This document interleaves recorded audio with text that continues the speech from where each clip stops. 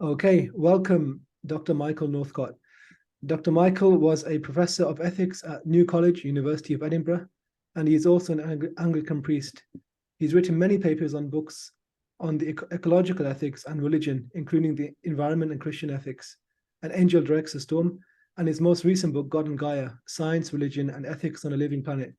And I think that's what we'll be talking about today. So thank you for coming on, Dr. Michael. It's been really I've been really impressed by your profile and your the papers that you've written and the books that you've written. It's a real interest of mine, the topic that you've written a lot about. Great, thanks so much for the invitation. I much appreciate it. It's really nice to meet you here. Great. So let's get started then. Could you just tell me a little bit about yourself, how you became interested in the environment and the fusion of religious ethics with it as well?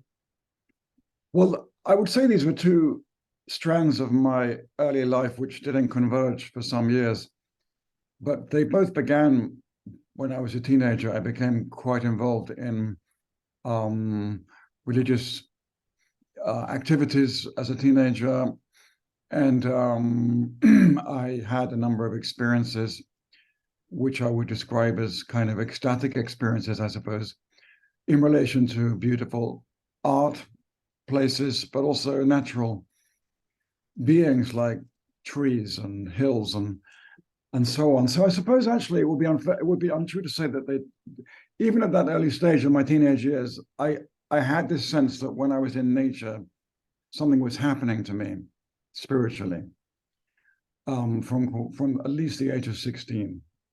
And I then became interested in what was then, so we're talking about the early 70s, the environmental movement. I wasn't very active, but I became aware of the existence of this movement. But I didn't really see it as being connected with my then quite traditional Christian faith. I think that connection only really began to become clearer when I moved to Malaysia in the 1980s. I had been working in Manchester as an Anglican priest, as you said, and I'd also completed a PhD at a place called Sunderland University after initially studying theology at Durham. But when I went to Malaysia, my life took a new direction, and it was primarily because of encounters with the rainforest and the beauty of the tropical environment in Malaysia, which was absolutely stunning. And we take our children on trips, and I'd go on field trips with students into Borneo, into national parks. We saw the most amazing and beautiful things, but we also saw great destruction. And we saw the impacts of this destruction on other human beings. And as a Christian, that actually was the priority for me. I had been involved in development issues earlier on, economic development issues, particularly as they impacted the third world. And I'd always been rather suspicious that development was something that former colonists were still trying to do to the uncolonized, or to the people who once colonized, and they had never really let go of them. So that development was still a way of taking from people.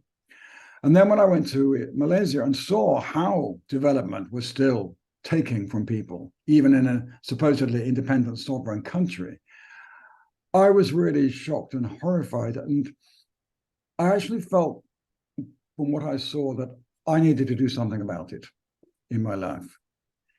And the most visceral experience was I was going upriver with our two children into what's called the 5th Division of the Sarawak, which is West Borneo, Northwest Borneo in Malaysia.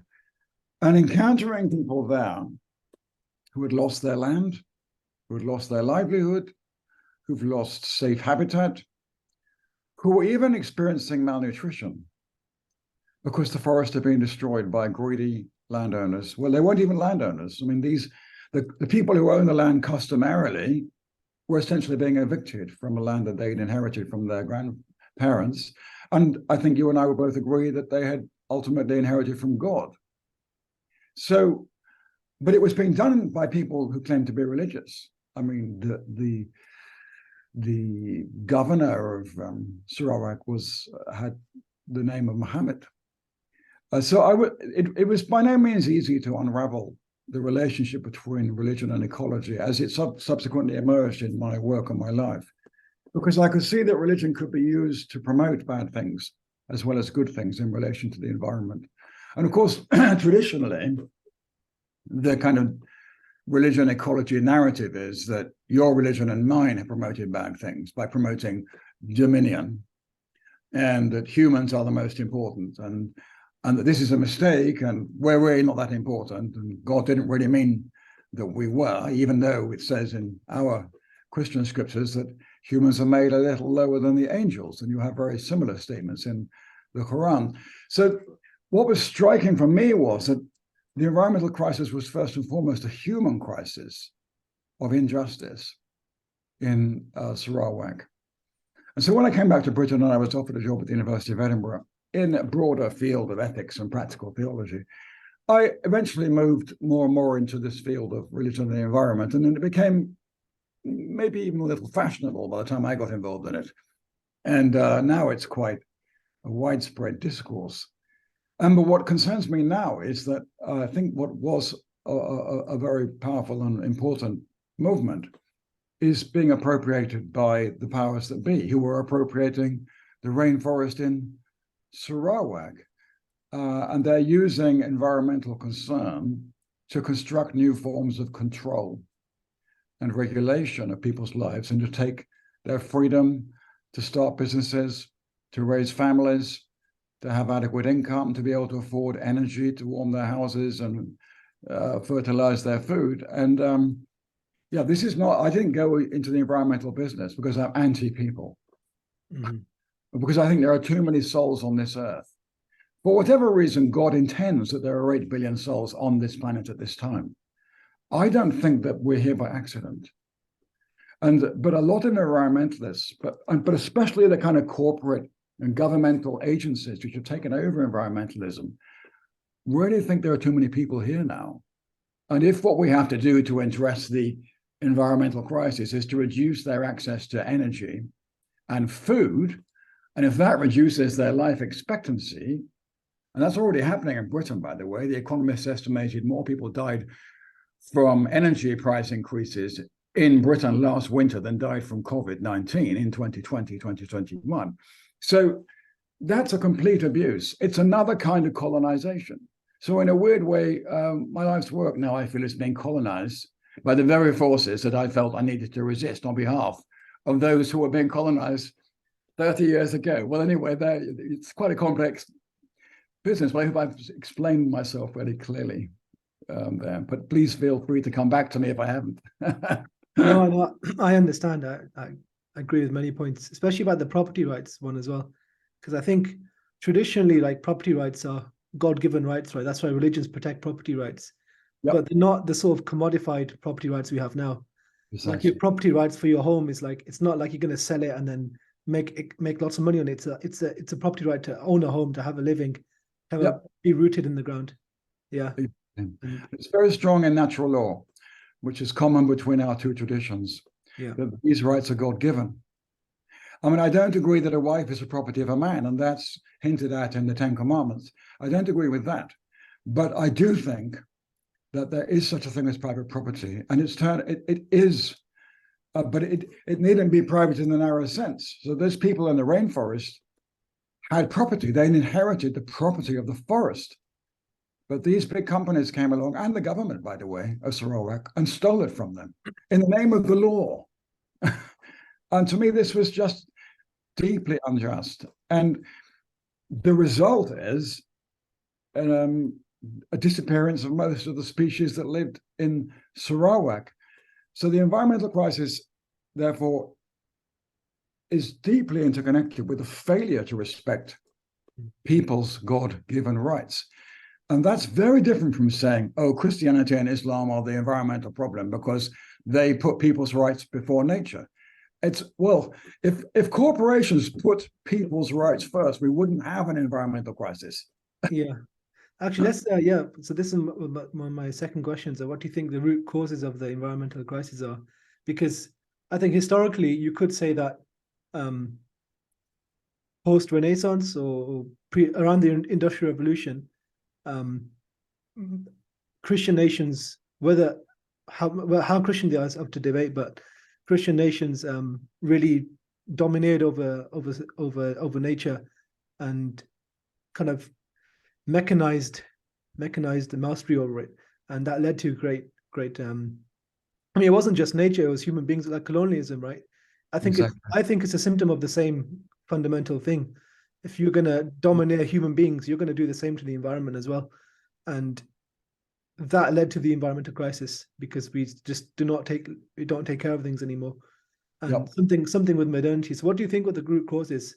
I think saying it's religion is very easy because plenty of people are irreligious nowadays and they still don't care for the environment. So it's not necessarily religion. Yeah, precisely. So the great transformation, as it's sometimes called, as it was called by Karl Polanyi, the Hungarian, I think it's Hungarian, economist, did occur first in England when the Civil War failed and the rich stole the land from the poor en masse in the subsequent 3-4 centuries, and that eventually spread to Scotland. And we call this the enclosures. And in Scotland, they call it the clearances, which I think is a better term because it makes it clear what's really going on. Mm-hmm. So the clearances were the removal of the people from their ancestral lands. That first occurred in England, but in England, they call it enclosure. So it was, they were enclosing lands simply to make them more productive. Is this the phenomena where feudalism ended and then workers were moved to the poorhouses? Yeah, it wasn't feudalism. And feudalism collapsed in the late Middle Ages, and as wages grew, there's a dispute about why. I mean, some would say it was the plague, but others would say it was also a Christian influence. But it became not very respectable to employ serfs and slaves by the end of the Middle Ages, and popes passed bulls against slavery in about the 14th century.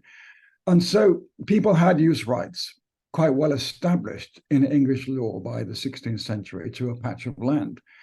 And they weren't quite what we would call private property, but they had use rights or usufruct. And that was then in subsequent centuries taken away from them. And they were reduced to the status of wage slaves. Either having been thrown off a land, they were forced to go and live in workhouses, or they had to go to slums and try to get a job. And that was the story of most people in England for about 2-3 centuries. And the life expectancy in these slums and workhouses was the average life expectancy was about 25. Of course, that does reflect that so many children died, but most people in the laboring classes lived far shorter lives once they were removed from the land. This was not about agricultural improvement, which is what it was called at the time in the 16th, 17th, 18th and 19th. It was theft, and it was the mass impoverishment of a people. First the English, and then the Scots, and the Irish, of course. And then having done it to ourselves, we went on and did it in the colonies. Not least the Middle East, of course, which is still, the tentacles of the British Empire are still deep, and the US, across the Middle East. It looks like a group of separate nations, but what was done there, what was done in India, all around the world, it was simply a carbon copy of what the English had already done to their own people. So to me, that's the root of the environmental crisis. People were thrown off the land. And then the biodiversity of the land declined, but also there was a break between people and nature.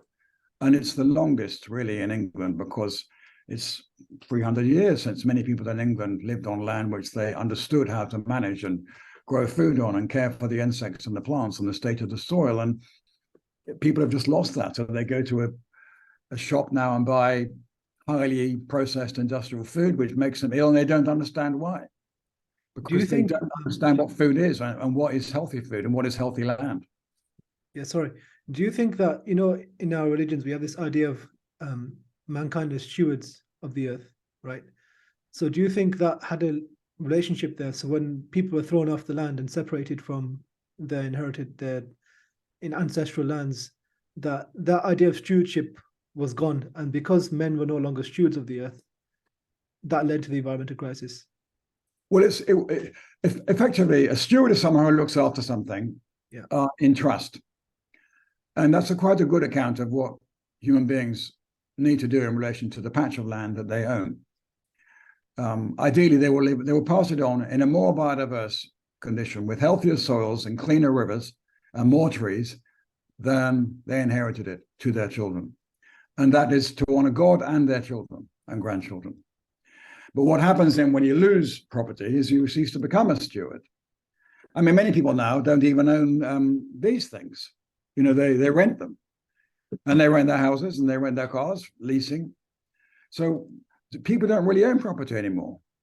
They just have to get jobs to pay all the different rents. I mean, a mortgage is just another kind of rent.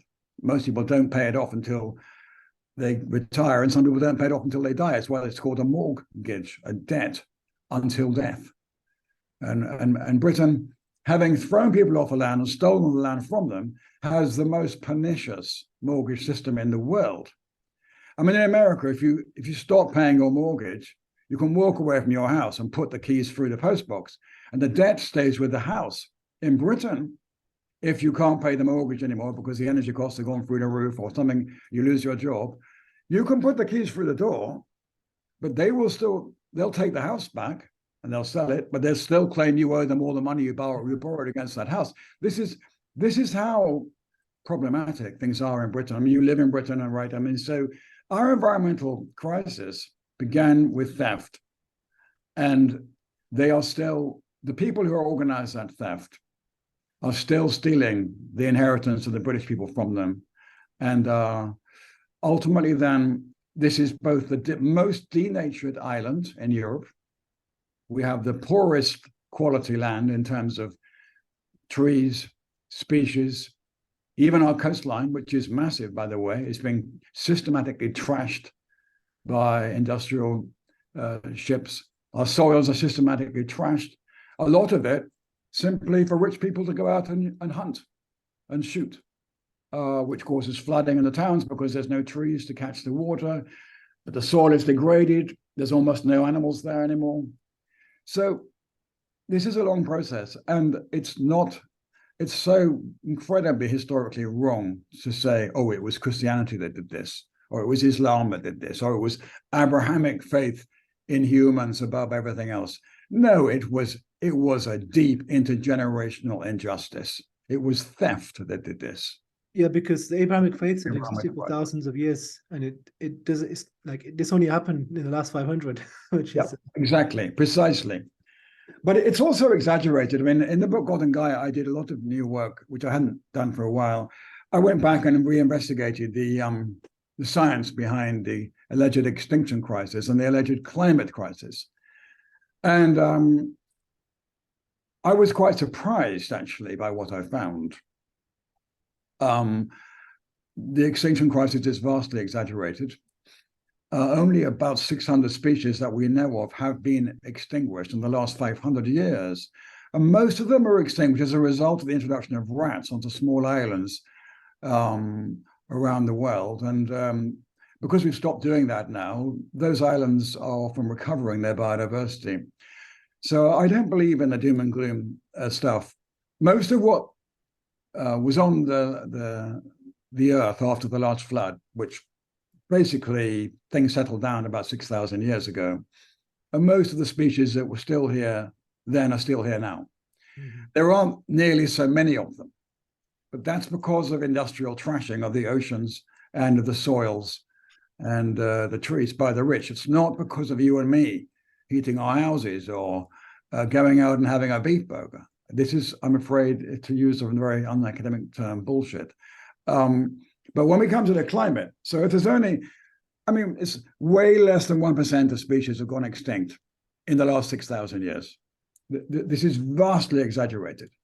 There is, in other words. And there are a lot of issues with the media and the narratives that are purported. Yeah. Often I think it's used for totalitarian means, just to reshape society in a way that certain individuals or corporations want society to be, so that you can extract greater profits and whatnot. Because if we do go back to the idea that the cause of the environmental crisis is a lack of godliness, if the solution is not godliness, then it's only going to lead to further chaos. Yeah, yeah, And, absolutely. yeah. And just one more point about this, the causes, right, is as I'd say, the financial system that we have. Because I think the traditional Abrahamic religions, they prohibit usury, and look down on moneylenders and people who exploit the poor. Our system we have right now, the global economic system, is all about issuing more debt, but on interest, so that in order to pay off that interest, you have to issue more debt, and then you take up more interest and you pay off more debt. And it's just it's kicking the can down the road kind of financial system. And this is completely against the ethics of the Abrahamic faiths. Absolutely. I mean, that's another whole topic, but I mean, I am actually doing work right now on the attempt to move the global economy towards a new financial system based around something called central bank digital currencies. And it's even proposed that these new programmable forms of money will be linked to so-called environmental accounting measures. But the main measure that I've seen proposed by the Bank of England, the International Monetary Fund, and others is carbon footprints. Well, I mean, I'm breathing carbon out right now. The sun is driving the process of carbon production on the planet. Carbon is not a toxin. There is little more carbon dioxide in the atmosphere now than there was 100 years ago, not very much more, but it's only around just over 400 parts per million. And people will say, oh, I haven't got the graphs to show you, but the average in the history of multicellular life on Earth of carbon in the atmosphere is 800 parts per million. And carbon, as I say, is a fertilizer. And so the Earth is a little greener as a result of more CO2 in the atmosphere. And then there is a question of where did the CO2 come from in the atmosphere? There is a bit more right now, but there are a number of possible causes of that. One of which is that the Earth got warmer in the last 150 years because of solar activity, mainly. And it came out of a very cold period. We call the Little Ice Age, if you go back before the Industrial Revolution. So we warmed up a little bit. But we haven't warmed up nearly as much as we did, say, in the Middle Ages, when we had a 2, 3, 4 degree centigrade rise. We've had only most of 1 degree centigrade rise. And when the Earth is warmer, you have more plant activity, more respiration of plants and animals. So therefore, you're going to get more CO2. But also, you get more volcanism. So volcanoes produce CO2. There are 3 million volcanic vents on the planet, most of them under the sea, and there are no scientific surveys of what these vents produce.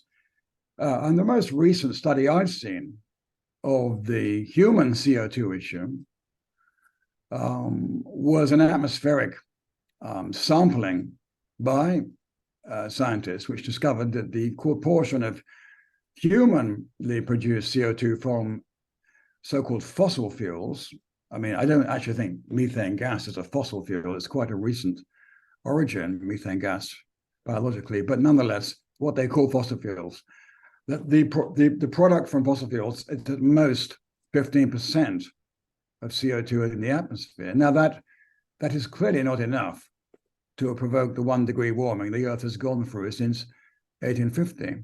And the final nail on the coffin, and this was observed by James Lovelock, and I wrote that book, God and Gaia, partly about his work. And he observed that since 1998, while CO2 in the atmosphere from human production has gone up, like this, I mean, huge, because so many countries are now electrifying, and that's bringing progress to countries like Kenya, where children can now study in the evening and get a better education by doing some homework at night. That has not resulted in a significant increase in temperature since 1998. If anything, temperature increase since 1998 is now flat. It's not gone up as it did before. And so it's sort of stalled. Now, if you look at some of the figures put out by NASA and the BBC, and you that ridiculous hockey stick graph by a man called Michael Mann, these are massage figures. They're not actually direct, real-world figures. They are massaged by computer models. So Yeah, I mean, CO2 is a fertilizer. We have more carbon on this planet than any other planet that we know of, and that's presumably means God intended it for us to live on a healthy planet. So to me, environmentalism is being used to ratchet up a new form of financial control by linking money and carbon. And this will have terrible consequences for people. We're even being told now we all have financial debts because of CO2 put out by our grandparents. I mean, the United Nations recently said that every man, woman, and child in America, Britain, and Germany owes £7,000 a year in reparations to people in developing countries for so-called climate damages. So they're financializing the environmental movement in such a way as to steal people's livelihoods from them in the developed world. So to me, what's weird is that the movement I gave much of my life to has turned into the same colonizing, controlling process that led me to get into environmentalism in the first place. But that is also why I'm more alive to it, because I never just thought it was about the birds and the bees. I always thought at root, the environmental crisis was about a few humans stealing the earth from the others. And the failure of the few to honor that you and I and all of the other peasants are children of God, made by God with divine souls in them, and all of us deserve the same respect as the bankers and the rich people who are stealing the earth from the poor and even using environmentalism to do that. But just on the point about the warming, because even experientially, the last 15, 20 years have been the hottest we've had in the past 200 years. And even like living in Britain, the summers are a lot warmer now, like compared to when I was a child. The winters, there's less and less snow. So we are feeling a lot warmer. Well, I mean, I live in Indonesia, and it's actually not warmer there than it was before. And according to the BBC's weather maps, it should be appallingly hot there by now. We've had more rain than normal, but that's El Nino and El Nino. I don't challenge that the weather is changing, but it's not changing according to the computer models, which would suggest we should be looking at 2 degrees, 3 degrees, 4 degrees, 5 degrees within 20, 30 years. This is not happening. We had the coldest May, one of the coldest Mays in my lifetime this year. Yeah. June was warmer. July, it's pretty average. It was 15 degrees centigrade. Yeah, it's interesting because in Spain, I think in March in Spain, in South Spain, we had snow in March. But then the following month, there was heat waves. So the weather is certainly changing. But again, like you said, commuter models, they are insufficient. Like the atmosphere is such a complicated, chaotic system. It's very hard to model it. Precisely. And I think also climate occurs on much longer trends. So it's hard to say day to day or year to year whether or not it's climate change or it's different weather events. But I think across decades or perhaps centuries, I think there are probably clear trends. And if we do continue trashing the earth like we are now, then things will get worse. I think that's for sure. Yeah, I mean, the most resilient ecosystem in relation to, say, increased rain or more snow or less snow or increased heat or less heat, the most resilient ecosystem is one that's more biodiverse. That's true. It could be a city habitat. It could be the hills or the rivers that feed the city habitat. But the point is that biodiversity is the best fix if what they're saying about CO2 were true. Why then are we not attending to the systematic trashing of the oceans, which cover more than 2/3 of the planet, by the industrial fishing industry? They have taken out 90% of all life forms from the oceans since 1945, 90%. Yeah. And all you have to do to reverse that, and that's the biggest cooling mechanism and gas recycling mechanism of the planet, all you have to do to reverse that is to ban industrial fishing. You don't have to do anything else. Whereas they want to say to us, we've got to stop driving cars, we've got to stop heating our houses, even with natural gas, by the way, which is not a toxin. If you burn methane, it has no implication for the environment if you burn it. We've got to eat less meat. The Bank of England told us a few weeks ago we're all going to get poorer. We are going to I have think more. another one is plastic pollution. Like the idea of just our waste. We have such bad way of dealing with waste. We just create these landfill sites, so throw plastic into the oceans, which kills a lot of fish as well.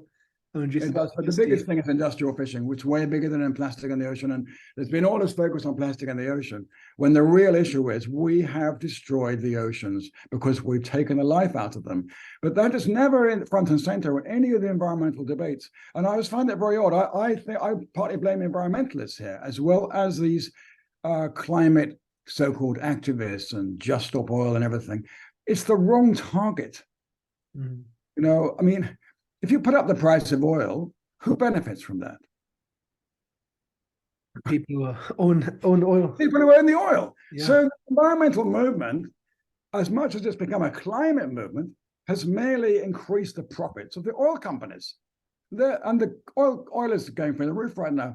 They don't like a free supply of oil. Henry Kissinger had to travel all the way to Saudi Arabia in the 1970s to force them to reduce the price as a way of increasing America's power around the world. And as a result of that, all over the world, countries became more indebted to the United States. So all that happens if you reduce oil production is you make people poorer and more indebted, and you make the people who own the oil on the ground richer. And yet we have climate activists saying that's good for the planet. It's all good for people. It's not.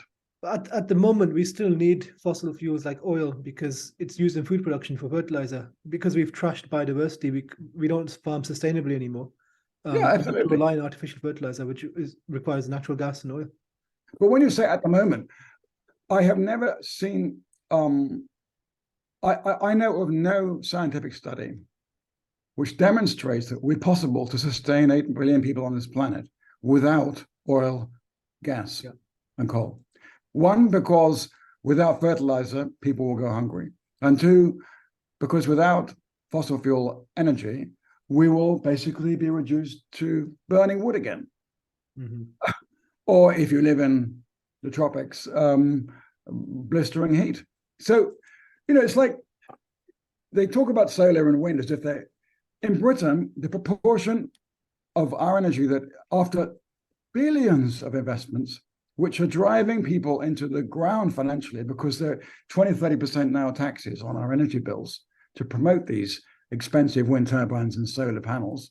In Britain, we're still only at about 8% of energy use coming from these so-called renewable sources. And a wind turbine is heavy metal and concrete. It's made with fossil fuels. You can't make a wind turbine with solar panels. Solar panels have a life of about 20 years. Their efficiency starts to go down almost as soon as you install them. And at the end, you have this huge toxic waste product. A lot of solar panels are made by in labor camps in China. And yet they promote these things as if they're, another thing's electric cars. There's nothing green about an electric car. It comes from metal mines. Metal mines are some of the worst regulated industrial sites on the planet. Many of them owned, interesting enough, by the City of London still. They've lost control of the oil to the Americans, but they still own most of the metal mines in the world. And I always wonder, why is the City of London and the government in London so keen on electric cars? And I realized it's enhancing the profits of the companies that own the metal mines. These metal mines are rife with child and adult slavery. They're appalling sites of environmental pollution. There's nothing green about an electric car. Absolutely nothing at all. Yeah, that's true. Just want to move on to a different topic now, which is your book, God and Gaia. Yeah. Can you tell us a bit about that book that's coming? I think it's out already, or is it still being published? Oh, it's out. I should have brought a copy up. I've got, this is a hard copy. It doesn't look so good in a hard copy, but that's the title on the cover. God and Gaia, Science, Religion, and Ethics on the Living Planet.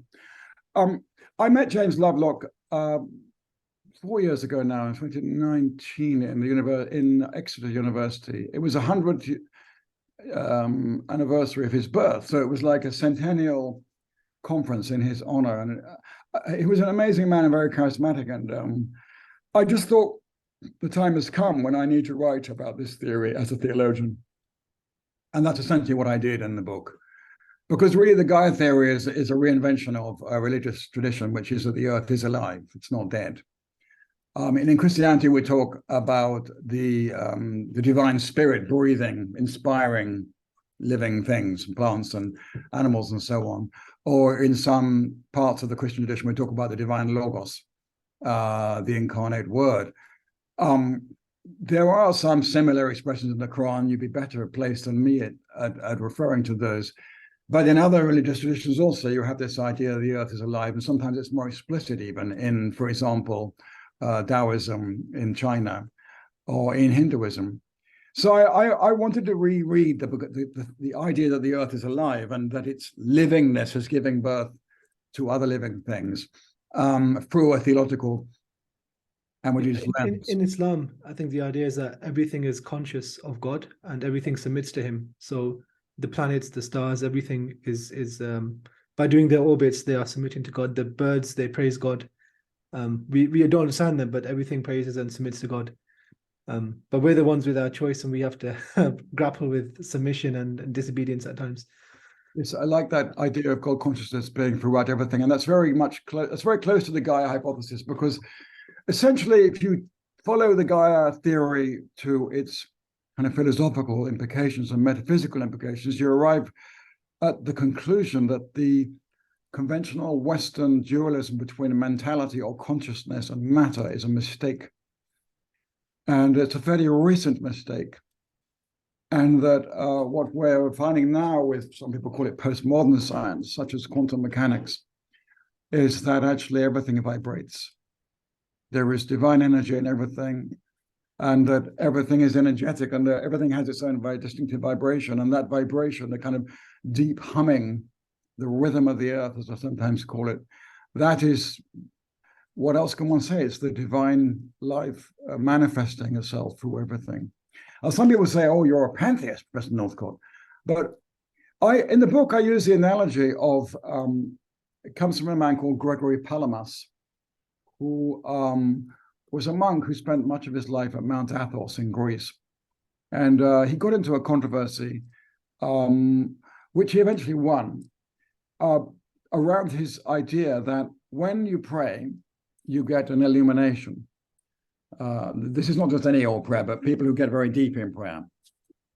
And that people get a vision of light and a sense of divine light. And Palamas said this is God visiting the soul. It's not just imaginary. And people said, oh, that's heretical. So then he came up with this metaphor. He said, well, think of it like the sun and the rays of the sun. So if I was to go out in the garden, well, it's cloudy right now, but there was a bit of sun earlier. I'm in Scotland. We don't get a lot of sun up here. So if I was to go out in the garden, then I would feel the warmth of the sun on my forehead. And that would make me, I often meditate when the sun is out. I love doing that in the early morning if I get the opportunity to go in the sun. And when I feel the rays of the sun, I close my eyes, and it's almost like a divine experience.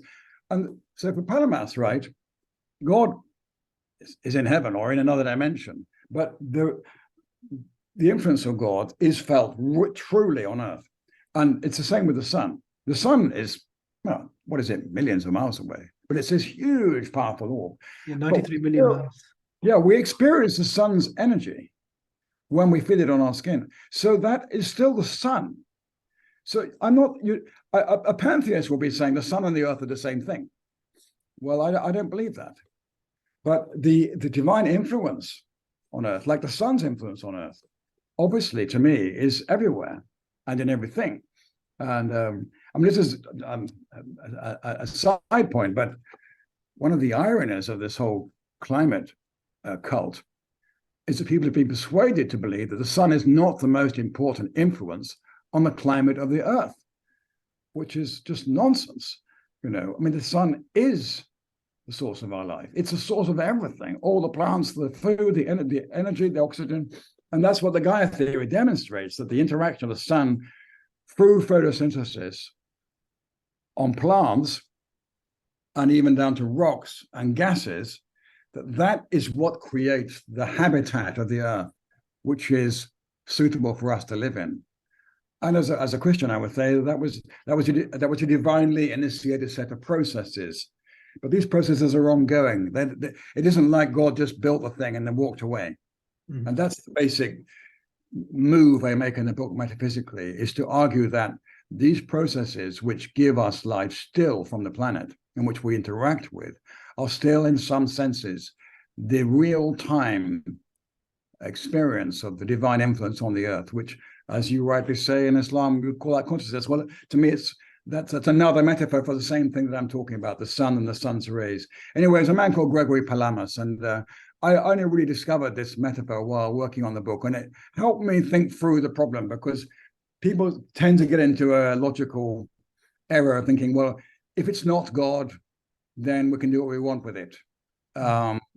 And I don't think Christians ever really believe that, but we're often accused of believing that by some environment. Oh, well, you Christians, you just think it's about God and humans and you can do what you like with the rest. I just don't accept this. I think it's a complete misreading of my tradition and indeed of all the Abrahamic faiths. Yeah, so in your book then, so you go through like this Gaia hypothesis, you talk about God. What are your conclusions towards the end of the book? Well, I argue that the Gaia hypothesis is, in scientific terms, a restatement of traditional religious belief in the order of the world. But I then say that one of the big problems in modernity is the failure to respect the traditions and customs which human beings have evolved in response to that order. Mm-hmm. And the case study I use towards the back of the book is in chapter 8, and it's actually about the island of Bali, where I've been living for some years. And on that island, they had an attempt in the 1960s and 70s to create a more scientific approach to the growing of food, and particularly rice. And Swiss engineers and bureaucrats turned up and told the Balinese to ignore the water temples, which used to control the rice growing season and where the water goes on the island through their very ancient paddy field systems. And they said, we know how better than the water temples and the priests how to do this. And if you follow our instructions, you'll be able to grow more rice and you'll get more harvests. And as soon as they abandoned the traditional approach and stopped observing the customs of the water temples in how to manage their land, Bali started to suffer from drought, flood, declines in rice production, and huge problems with pests, plagues of insects, plagues of rats. So they were using all these chemical fertilizers and chemical insecticides and new fast-growing hybrid rice, but they weren't getting better results than they had got when they followed what the scientists derogatorily called the water cult. But after 10, 15 years of this, people in Bali started to say, well, look, it was better when we let the priests control the rice growing and not the scientists. So couldn't we go back to that now, please? Because we're a bit tired of getting hungry and having too many rats and insects in our fields, and we're losing income here, and we're getting floods and droughts. And the scientists refused to do this. Say, oh, no, we know the best. But after about 20 years of the Bali irrigation project, they finally gave up. And the management of the rice fields and water, all the way from the mountain, all the way down to the sea, and the sharing of that water between farmers and the planning of the planting in each area, so it was done at the same time to control the pests, which come when you cut the fields. All of that was back onto the traditional system. And Bali, the disasters that occurred during the scientific engineering project stopped happening. So to me, it's a great case study because it demonstrates that over 1,000 years, human beings were capable of evolving patterns of very fertile production from the earth with the help of a belief that the earth is ultimately alive, and that therefore we need a spiritual governance of the earth and not just one that's concerned with profit and how much we can get out of it, in essence. So I conclude the book with that case study. Do you think with these more traditional farming and methods and whatnot, that they can sustain a population of 8 billion or 9 or 10 billion. Because right now you have this intensive farming system or industrial system now, but it does produce food we produce more than enough food actually for the 8 billion people on this planet right now, right? But do you think if we were to shift back towards more traditional methods, do you think we could keep up and feed everyone? Absolutely, yes. I mean, we're being told that we have to give up farming on a third or a half of the earth to save nature. I mean, the Dutch government have been leading in this and throwing farmers off the land, but the government of the Netherlands has just fallen, I'm glad to see, in the last few days. And this project was being pushed forward by these ghastly transhumanists like Klaus Schwab, who actually want us all to starve. You know, I mean, to me, the issue is not that there isn't enough food. The issue is that people are losing the ability to buy food, even in Britain, because the costs have gone up so much. Why have the costs gone up? Because they've closed half the fertilizer factories on the planet. They're doing it, in my view. Some people say, oh, it's too conspiratorial. Professor Northcott's gone mad. He's a conspiracy theorist now. But I mean, I looked around the world and I saw all these fertilizer factories being closed in a concerted fashion during COVID-19. In the States, in Britain, right across Europe and into Turkey. I thought, well, why are they doing this? The price of farmer inputs has gone through the roof since COVID-19. And the price of food is being massively underestimated by the British government and its inflation measures. I mean, anybody who actually shops in Britain knows this, but they claim that inflation is down to whatever it is. Nonsense. Stuff's 100% more expensive now than it was 2 or 3 years ago. Food, anyway. Yeah, the measure of inflation is deeply, deeply flawed. It's lies. So, but my point is, it is not that there is not enough food. They are stealing the food from people's tables by putting up taxes, and things like energy taxes, raising energy prices, and making it more difficult for farmers to get inputs like fertilizer. Now, of course, in the long term, I would like to see less use of fertilizer and more biodiverse, more organic approaches to farming. And I use case studies in the book which demonstrate this is very effective. But you can't do that overnight. The government of Sri Lanka did it overnight. They banned artificial fertilizers, following the World Economic Forum's policies, back in 2022. And then the government of Sri Lanka collapsed because the people went hungry very rapidly. Whereas in Bali and in Java, I have friends who work with farmers, teaching them how to move from chemical dependency to chemical independency. And if you do it right, you actually end up making more money as a farmer because you don't have to buy the inputs. And if you can create the fertilizer out of waste matter in your land, if you know what you're doing with weeds and so on, you can create pesticides, and you can actually produce more rice, and it's organic, and it costs less money to grow it. So I know for a fact, because I've seen it with my own eyes. I've got a PhD student doing research on this. I've been out to the fields with her in Java, and I've seen with my own eyes that you can make organic rice with less chemical inputs in ways that do not impoverish farmers or do not require farms to be closed by governments saying they want to save the planet by sacking all the farmers.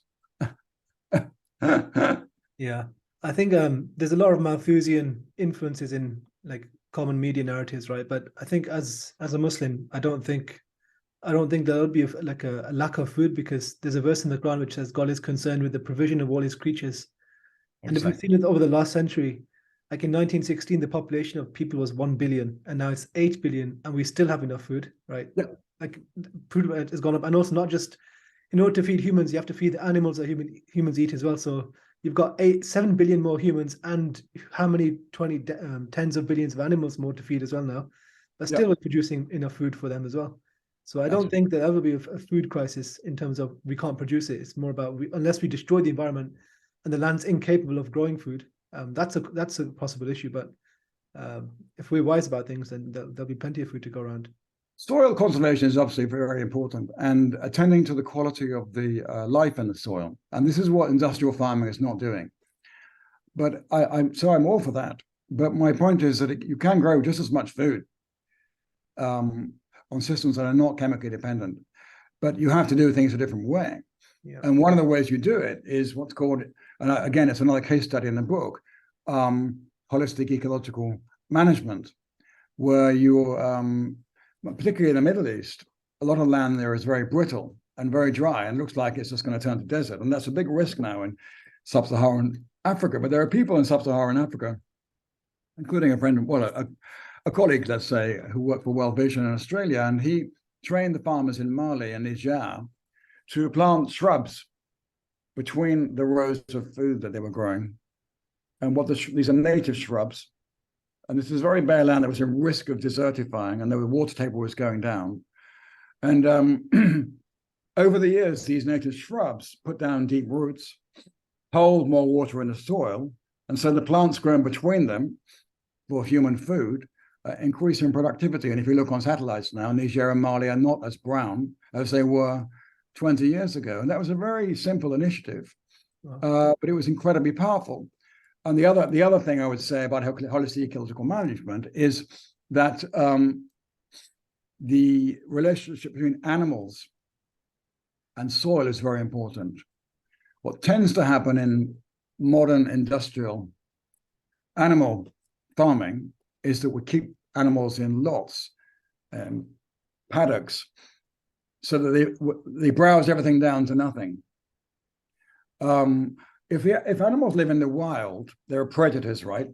Like lions, so they can't stay in one place for very long at all. They have to keep moving around. So they plow the soil, they eat a bit of the product of the soil, and then they move on. And that actually regenerates the soil. So wild animals used to regenerate soil. But the way we currently keep most domestic animals destroys soil. But you can fix that by changing the way you manage the animals, not by getting rid of all the animals. We definitely do need animals. I've tried to be a vegetarian, but for my own health, I am no longer a vegetarian. And I don't think it's necessary to be a vegetarian, because I now know that the earth used to sustain far more mammals than it currently does. And that the number of mammals on the planet that can be sustained is far, far higher than present. But they need to be managed in ways that also allows plant growth. But you can do that very, very well. There's a brilliant guy called Alan Savory. There's a great TED talk on YouTube explaining all this, and I refer to him in the book. He's a great man, and he's dead now. But his holistic ecological management approach, it's just, to me, these are the two biggest things: get rid of industrial fishing and adopt holistic ecological management. And if we did that, all of the environmental problems will eventually be resolved. But the third point is to come back to the beginning again. We also need to respect every man, woman, and child on this planet, and that every one of us has a right from God to the use of the product, to the product of the earth that God has given us, the usufruct.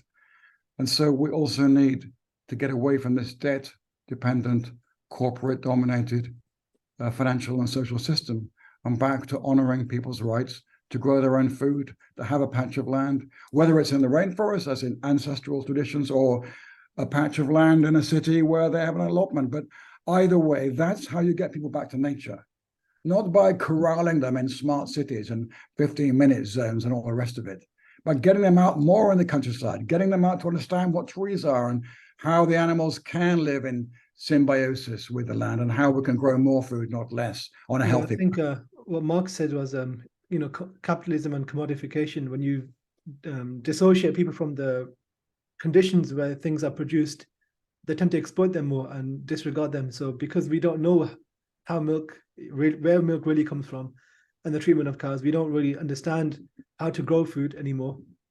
We throw in the bin because we don't appreciate the effort that's gone in to produce it. And I think that's one of the key things to. Exactly. I mean, to end on a slightly more hopeful note, I mean, actually, there has been quite a strong movement in the last 20 years in Britain for people to grow more food. And the last time I looked, it looked like we were approaching more than 1/3 of British people who claim to be involved in the growing of food now, if only on a small scale. So I don't think it's all going one way. But I think we need more of that, and I think we need less of this top-down technocratic project to get everybody off the land and stop people growing food. It's the opposite. They're doing exactly the same thing as they did in the middle, in the clearances on the enclosures. arguing you need to clear the land of farmers, clear the land of farm animals, clear the land of people. And then somehow we're all in big cities and we'll all just get, burgers made from insects or something. That would not be a healthy planet, and it's not a healthy way to live, and it will not reconnect us with nature. Indeed. I think that's a good point to end on. So thank you very much, Dr. Michael. It's been really, I've really enjoyed this conversation. Thank you very much. I've enjoyed talking to you. I like this opportunity very much. And I know the book's a bit expensive, but you can find it in libraries if you can't afford to buy it. So I hope someone might go and read God and Gaia now who's watched this. And thank you very much for giving me the opportunity to talk about it. Great. No worries. We should do this again sometime. All right. Take care then.